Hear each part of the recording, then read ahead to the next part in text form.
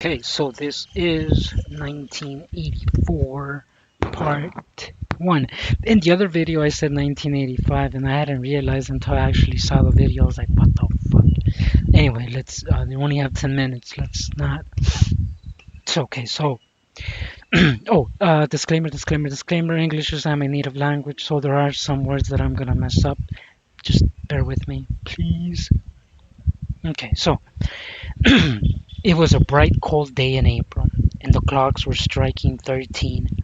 Winston Smith, his chin nuzzled into his breast in an effort to escape the wild wind, slid quickly through the glass doors of Victory Mansions, though not quickly enough to prevent a swirl of gritty dust from entering along with him. The hallway smelt of boiled cabbage and old ragged mats.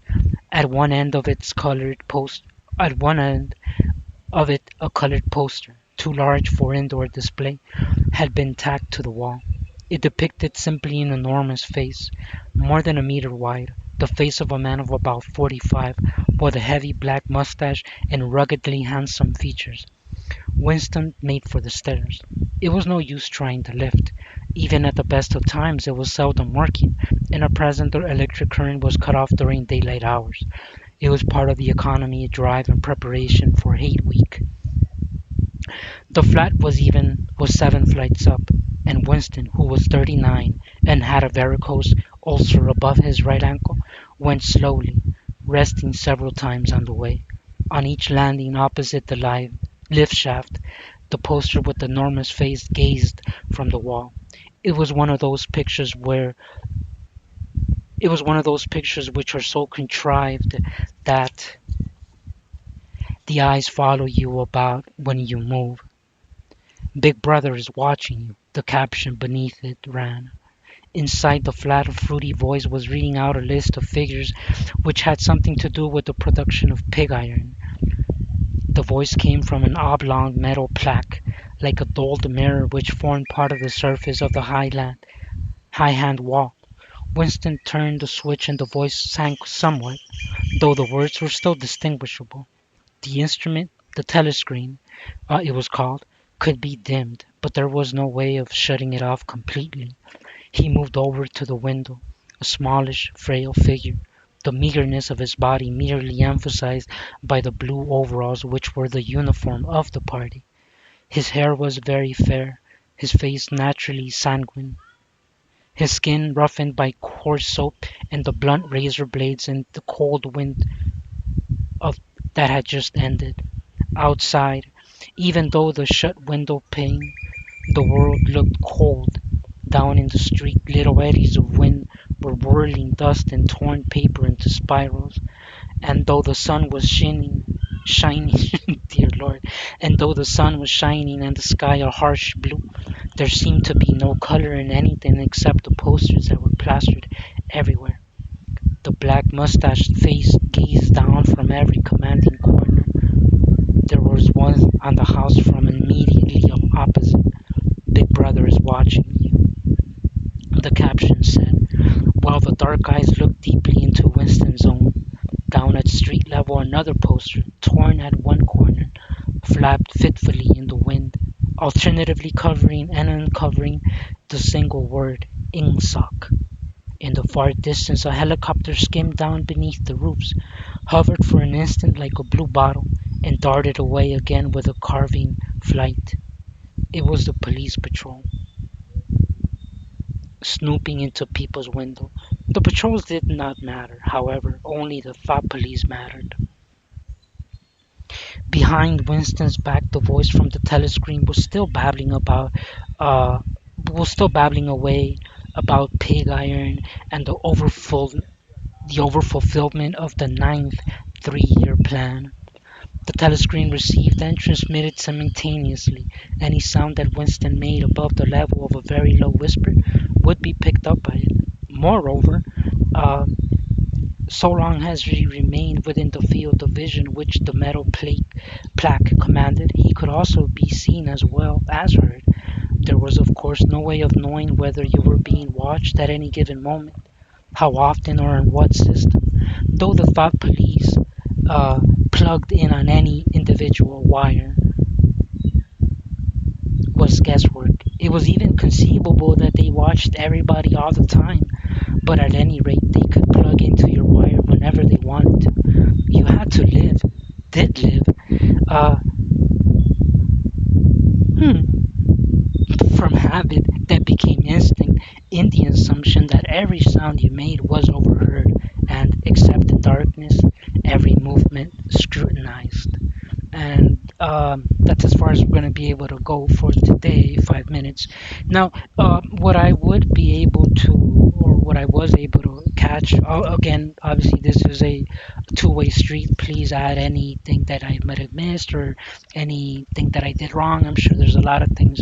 So the first thing that we can talk about is that the poster of this ruggedly handsome features, black mustache. That's obviously the personification of the party, and it's purposefully generic, um, because it's meant to it's meant to embody whatever the citizen might want to embody, uh, which I would imagine serves two purposes at the same time. One, uh, it it internalizes, or it internalizes the party, making it almost personal because it's so vague and so generic that anybody can make it theirs once. And then at the same time, if there's any hate or there's any violence directed towards, well, if there's any intent to direct violence, there's really nothing to absorb that violence because there's nothing there. There's no blunt, there's nothing, there's no surface to absorb that. It just gets diluted within the nothingness and within the genericness of the party, which is made on purpose. The second thing that I would add is obviously the blue overalls. The fact that, so basically the book, I would imagine that it's about the path to complete and utter, uh, complete, um, not domestication, but complete. What's the word? No, empowerment. Uh, uh, Man, I hate it when I have like the word right here, and I'm just not able to. Uh, s- s- slate. It's not being, but it's over. Like it's like. Uh, how would I put this?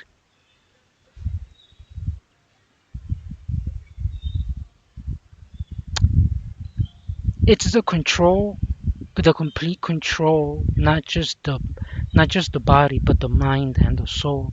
So it's obviously done by steps, and there's always more than one facet to it, which in this case is the elimination of uniqueness. Um, there cannot Nothing can exist within the party that is not generic on purpose. And that can apply to the workplace. What is it that that they do in the workplace? They take your name, uh, and they give you an ID number. They give you a badge number.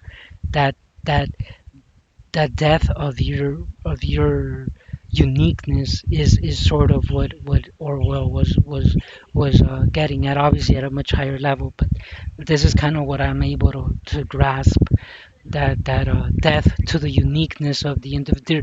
There can be no uniqueness within the party is what I'm trying to get at it. And then obviously the last is the telescreen, which is the perpetual, uh, not even not even the perpetual uh watching, oh man, what surveillance. It's not the perpetual surveillance of the people.